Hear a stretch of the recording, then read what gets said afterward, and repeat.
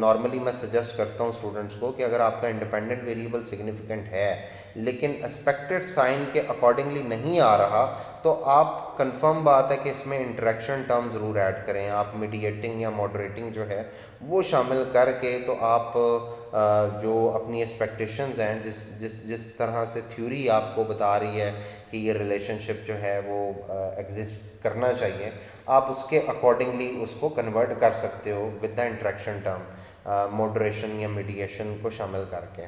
ٹھیک ہے, for example جیسے میں نے بتایا کہ آپ ریویو کریں کہ آپ نے فارمولہ تو نہیں غلط لگایا ہوا.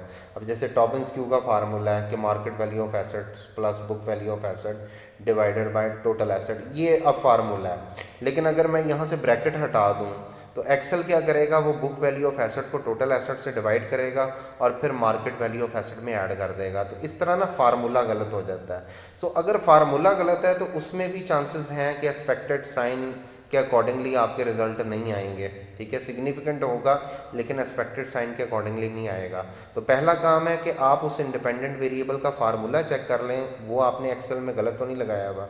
آپ کو مزید کوئی آلٹرنیٹیو انڈیپینڈنٹ ویریبل کی ضرورت تو نہیں ہے, یا پھر آپ کو میڈیٹنگ یا ماڈریٹنگ ایڈ کرنے کی ضرورت تو نہیں ہے تاکہ آپ کا جو ہے انڈیپینڈنٹ ویریبل کا امپیکٹ وہ اکارڈنگ ٹو ایکسپیکٹیشنز آ جائے.